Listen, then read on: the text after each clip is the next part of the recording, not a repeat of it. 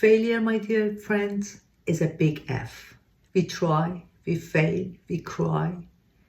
We eat questionable amount of chocolates. We all have been there. The society tells us to bounce back, to be resilient. But the truth is, it doesn't work always that way. Sometimes we just need to cry, to dramatically stare out the window and cry for ourselves and ask ourselves, what did I do wrong? But then we rebuild. Because failure, my dear friend, is a plot twist, and you are the main character of it. Take my advice. Cry as much as you want. Ask yourself as much as you want, what did I do wrong? But then turn the question to this.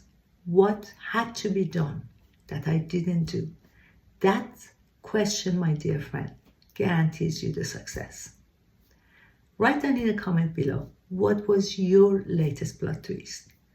And let's celebrate together our comebacks.